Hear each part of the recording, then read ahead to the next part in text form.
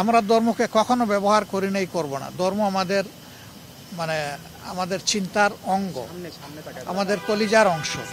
আমরা ধর্ম নিয়েই কাজ করি, আমরা ধর্মকে ব্যবহার করি না। ধর্ম ব্যবহার করলে কে করে সেটা আপনারা ভালো বুঝেন।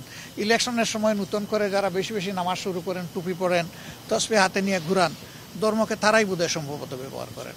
আমরা কিন্তু সারা বছর তসবিহ হাতে নিয়ে ঘুরাই না, তসবিহ বুকে নিয়ে ঘুরাই আমরা। এবং আমরা আমাদের কাজগুলো আমাদের বিলিফের আওতায় করতে চাই। এখন যে যেভাবে বুঝেন এটা তাদের ব্যাপার।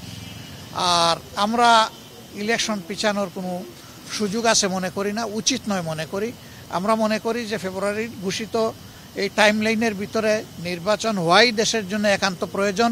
এর সামান্য কোনো ব্যত্যয় ঘটলে দেশ দারুণভাবে ক্ষতিগ্রস্ত হবে, এবং কারো দ্বারাই দেশ ক্ষতিগ্রস্ত হোক এটা আমরা চাই না।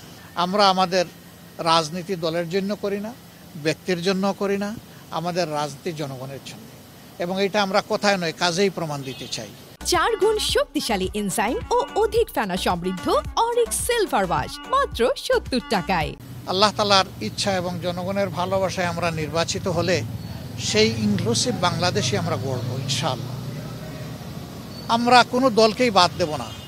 আমরা দেশের স্বার্থে দারুণভাবে আমরা অনুভব করি যে অ্যাটলিস্ট আগামী 5টা বছর দেশের স্থিতিশীলতা, ইকোনমি ফিরাইয়ে আনা, আইনের শাসন সমাজে কায়েম করা এবং সমাজ থেকে দুর্নীতিকে নির্মূল করা বা বিদায় দেওয়া, এর জন্য প্রয়োজন আমাদের একটি জাতীয় সরকারের। আমরা নির্বাচিত হলে সেই সরকারটাই গঠন করব। যারা এখানে অংশগ্রহণ করবেন তাদের কাছে শুধু 2টা জিনিসই আমরা প্রত্যাশা করব। নাম্বার 1, কেউ নিজে দুর্নীতি করবেন না এবং দুর্নীতিকে কোনোভাবে প্রশ্রয় দেবেন না। নাম্বার 2, আমরা চাইব সকলের জন্য বিচার সমান এবং নিশ্চিত করতে।